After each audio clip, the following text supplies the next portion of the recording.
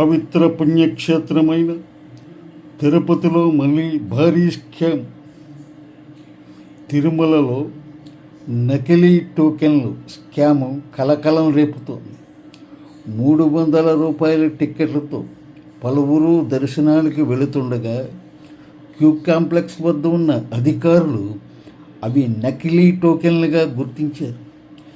దీనిపై విచారణ జరిపారు.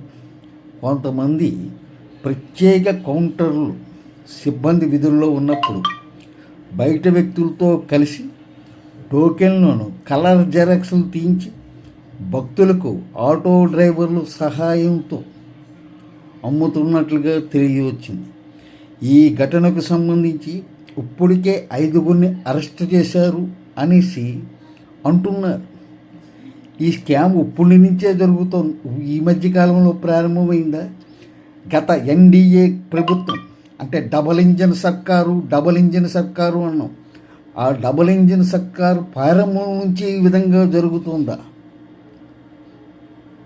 దీని మీద సమగ్రమైన దర్యాప్తు చేసి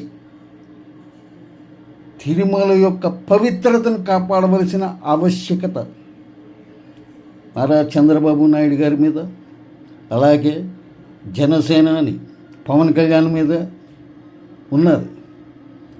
ఆయన డిప్యూటీ సీఎం సనాతన ధర్మం అంటున్నారు. ఇవండి సనాతన ధర్మంలో చేయవలసినవి. ఇటువంటి వారిపై కఠినమైన శిక్షలు అమలుపరచాలి.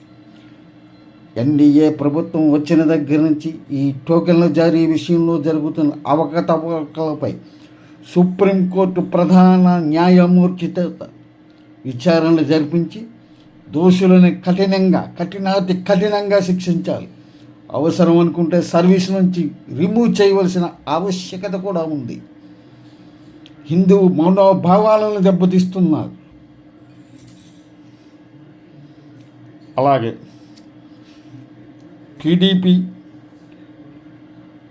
ప్రభుత్వాన్ని టెన్షన్ పెంచుతున్నారు మన పవన్ కళ్యాణ్ గారు. ఏపీ రాజకీయాలు ఆసక్తికరంగా మారుతోంది. కొంతకాలం క్రితం డిప్యూటీ సీఎం గారు పవన్ కళ్యాణ్ గారు తీసుకుంటున్న నిర్ణయాలు టీడీపీలో టెన్షన్ వాతావరణం సృష్టిస్తోంది. తిరుపతి తొక్కేసిలాంటి ఘటన తర్వాత పవన్ గారు చేసిన వ్యాఖ్యలతో ప్రభుత్వం ఆత్మరక్షణలో పడింది.